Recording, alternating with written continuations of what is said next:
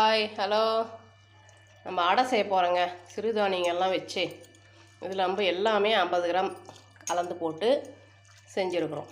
இதில் சேர்த்துருக்கிற பொருள் எல்லாமே வந்து கம்பு, சோளம், கருப்பு கவுனி, குதிரைவாலி, சாமை, கருப்பு கொண்ட கடலை, துவரம்பருப்பு, கடலப்பருப்பு, பச்சைப்பயிறு, உளுந்து, பட்டை, லவங்கம், ஏலக்காய், சோம்பு, மிளகாய், சீரகம், மிளகு, உடச்ச கடலை, நாங்கள் மளிகை லிஸ்ட்டு மாதிரி இது எல்லாமே வந்து உடம்புக்கு நல்லது இல்லையா? அதனால் வந்து எல்லாத்தையும் ஒரு அரை ஸ்பூனு போட்டு, பட்டை லவங்கம் மட்டும் 2 3 போட்டு போதும்.